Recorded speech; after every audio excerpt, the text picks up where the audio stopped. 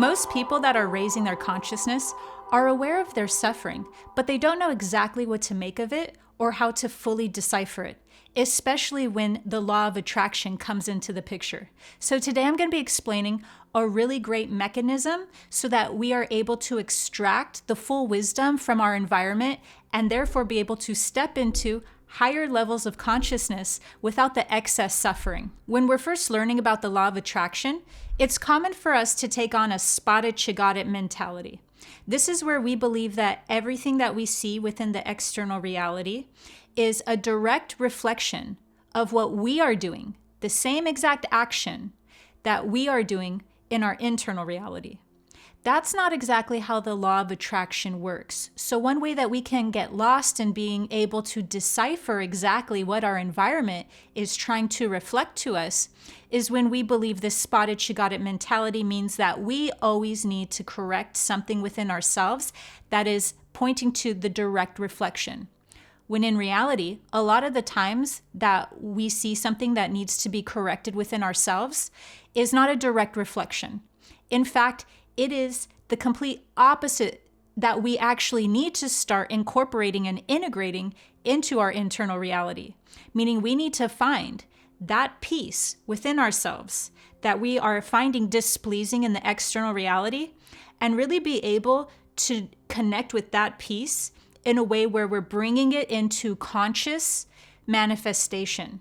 Because what we're seeing in the external is typically the unconscious manifestation and the displeasing manifestation of that very same attribute, characteristic, or quality that we have within ourselves that we are disowning. This is the same exact concept as if you were to go inside a dark room for photography and then be able to see the negative of the film that's being produced.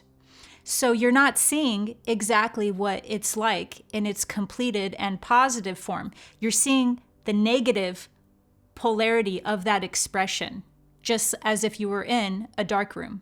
And so what that's showing us in the external, in this case, aren't ways that we need to own the spotted you got it, that if you are identifying it, perceiving it, or spotting it, then that means that you are doing that very same action. That is not a mature and that is not a sophisticated understanding of the law of attraction.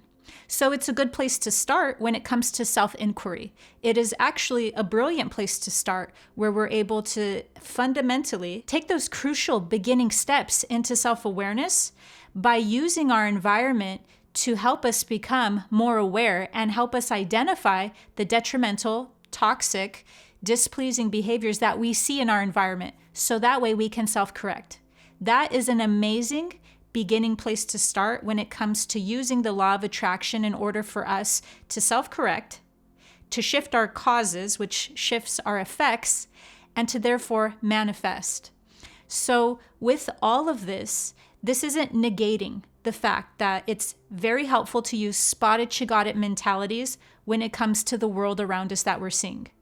But after that step, and we never really stop doing spotted you got it, but using in tandem with that a more advanced level of being able to cultivate discernment within our reality by looking at what is being presented as though it is the opposite of what we are doing. So that way we're able to better understand what is the positive way of integrating the very things that we find displeasing about the external world.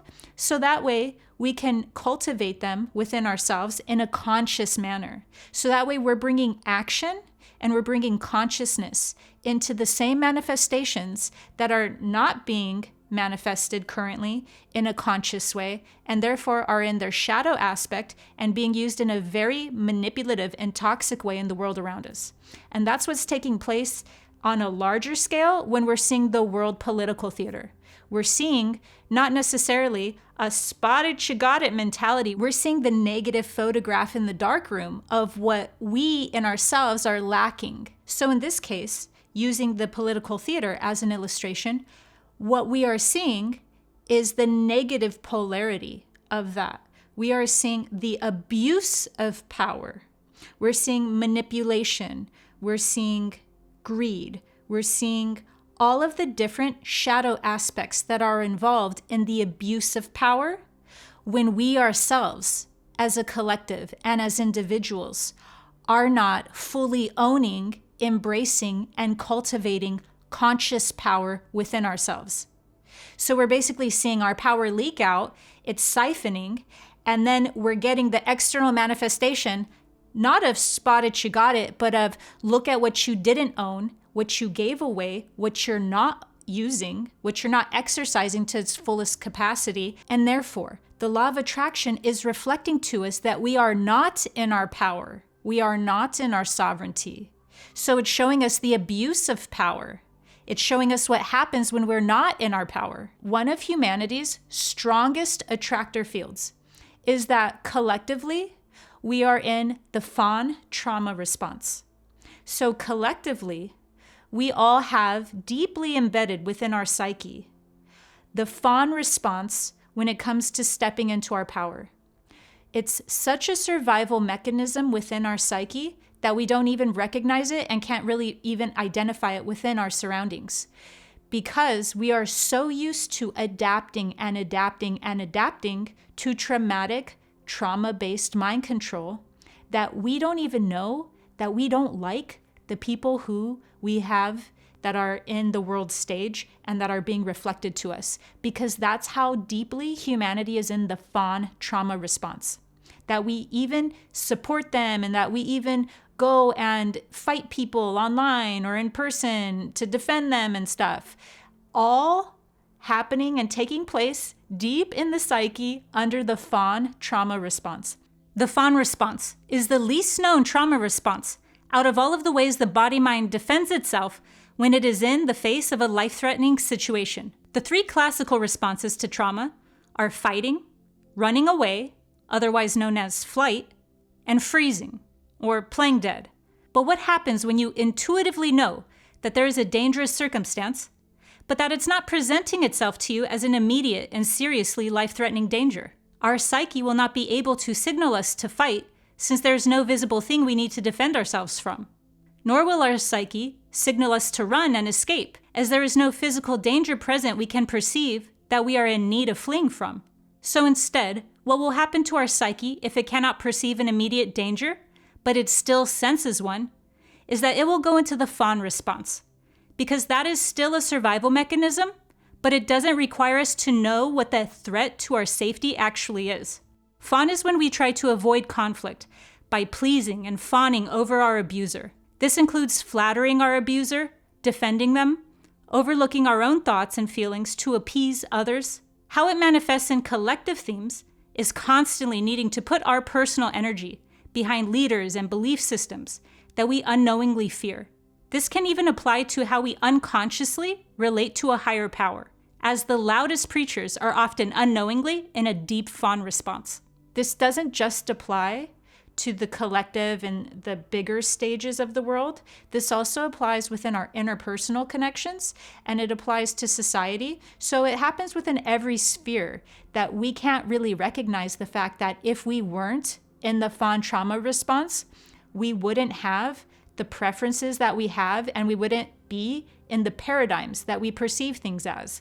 So this is a strong attractor field to Earth and to the human collective, specifically because when we're talking about the law of attraction, we don't think of it as collective terms typically.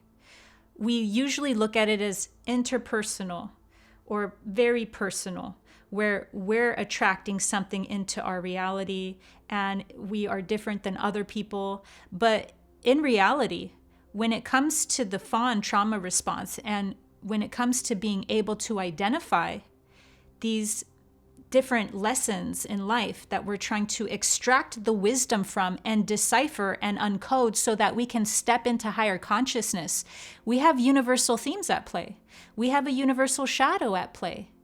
Like, do we all want to see Esther Hicks cry? Of course we do.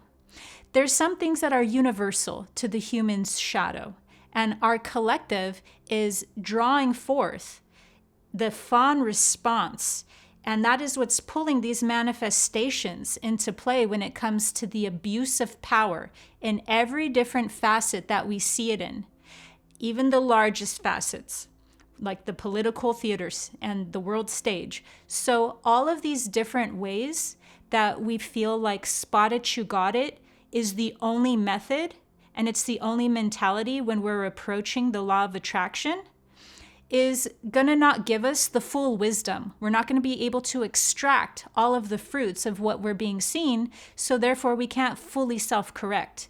And this will take place in people's personal lives just when it comes to some form of narcissism.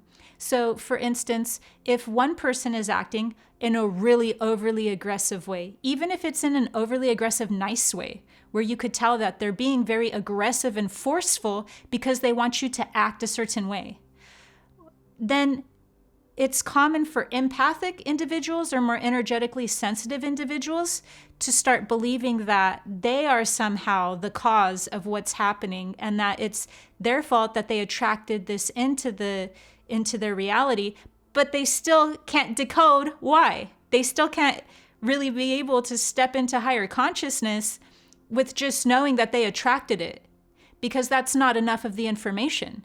The other part of that information is it's trying to show us our own medicine. So what we're seeing is the inversion. We're seeing that inverted photograph. We're seeing the negative. And that's telling us that there's some sort of displeasing qualities that we're seeing, but that need to be owned, cultured, and developed within ourselves. So for instance, if we're looking at some form of aggressive and forceful characters inside our life that we can't stand, but we still don't understand how we attracted them, that's pointing to some sort of attributes or characteristics within ourselves that we need to activate and integrate, that we're showing a direct inverted reflection of in the external. Now, this does not mean that we need to be aggressive and forceful and manipulating. What that means is that we need to consciously become aware of the fact that we might be overly weak, overly timid, overly meek, and that these are things that we need to develop in a conscious way, the opposite of. So we're not needing to turn into narcissists or aggressive, manipulative, forceful people. In this case, it's we need to really be able to put ourselves out there or be that robust or, take that conscious action rather than that forceful action. It's reflecting to us something that we need to do within ourselves. And that creates boundaries. In and of itself, when we're able to shift our energy so where our actions are now coming from a place of our personal power, they're in alignment now with our power. That's a lot of the times what we're seeing reflected to us is that we're not in our power. And so it's uncomfortable for many people, especially energetically sensitive individuals, to own a lot of their power because they have so many different negative belief systems and even spiritual belief systems about what that means to be in power. But that reflection in the external that we're seeing and we don't like and we don't know how to integrate is showing us what happens when there's an abuse of power by us not owning our power. And this is exactly why so many conscious or even spiritual individuals suffer so much and then have hidden bitter resentment. And they have all of this hidden shadow because they're becoming more spiritual, they're embodying more of their divinity, they're trying to take right action, and yet they're suppressing this fact that they have power that is not being expressed. They are not owning it. They're not using that to manifest into the reality, the version of themselves that they would look like if they were in correct relationship with power. So it's creating more of a schism within their internal mental landscape, within their psyche, rather than just being able to approach these reflections that we're seeing, not as, oh, we need to be, crazy, power-hungry politicians, but that we're able to be energetically in our sovereignty, which is an energy that allows us to set up energetic boundaries. And when we set up these energetic boundaries and we're able to back it up with our action, that's not going to give us the reflection any longer of energies or individuals that need to come inside our reality because the law of attraction is showing us what we haven't owned within ourselves. This could all be perceived as victim blaming to a person who is determined and adamant to misunderstand everything that's been said. So if a person is committed to being in a victim mentality, they will take everything I've just said and turn this into, that's victim blaming, rather than looking at the law of attraction as showing us and always pushing us into our points of power that have been lost. So this isn't a matter of everything in the world is allowed to be that way because you're an awful person. It's more so the universe, whether we like it or not, will push us until things become so uncomfortable with the reflections that we're seeing in the external world to where we start getting super inquisitive about what inside us needs to be brought forward so that we can be inside our sovereign power. Unhealthy individuals, no matter what label they fall under, always look for the weakest link. They're always looking for the baby antelope because it's always easier to go after the weakest link than it is to go after just even the next link, the one that can run a little faster, the one that can get away easier. So what they're looking for are people who are determined to be only inside the goodness of their persona, or the weakest, or the ones that view power as being super abusive and negative. So in the spiritual community specifically, unhealthy personalities are drawn to us being meek, and they're drawn and attracted to the fact that we overvalue humility at the expense of our power, and normally at the expense of our throat center, being able to assert our boundaries verbally. So when we're talking about the law of attraction, it's really not that mystical or, metaphysical. It's talking about cause and effect, and it's pretty primal. Because once again, back to that baby antelope, they're just looking for the weakest link. So we can call that something mystical, like, oh, you attracted that because of this and that. But it's because we're in a space where we're not owning our power, and people who want to take power, want to siphon that, want to manipulate that in some way, we're an easy target for.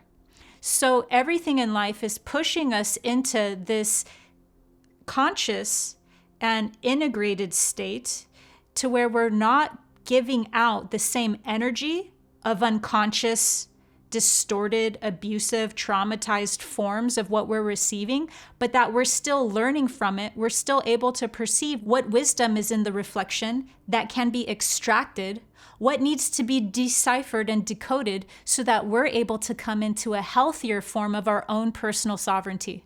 I hope this has brought you stronger into your personal sovereignty. Make sure to subscribe to my channel for higher dimensional guidance through spiritual awakening. See you next time.